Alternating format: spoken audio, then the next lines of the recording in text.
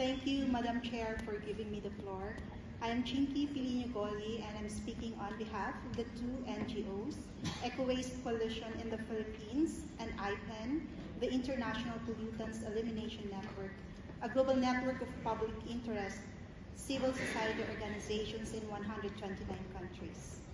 IPEN believes that the development and implementation of a strong conflict of interest policy will be crucial to ensure that the panel provides independent, scientifically sound data suitable to inform policy work.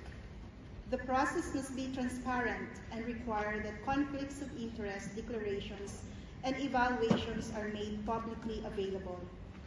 The policy should consider current and previous engagements and apply to everyone who is involved in the work of the SPP and its subsidiary bodies. It should require disclosure of all potential conflicts of interest, and the panel should have procedures to actively prevent conflicts of interest throughout all its work and decision-making processes. Finally, we want to underscore the information related to the health and safety of humans and the environment can never be considered confidential.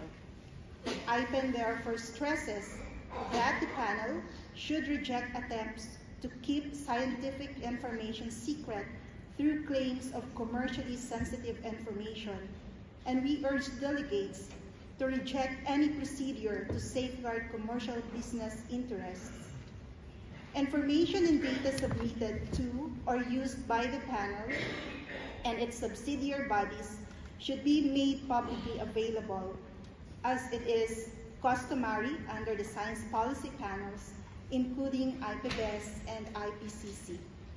We look forward to continuing working with you throughout the week. Thank you.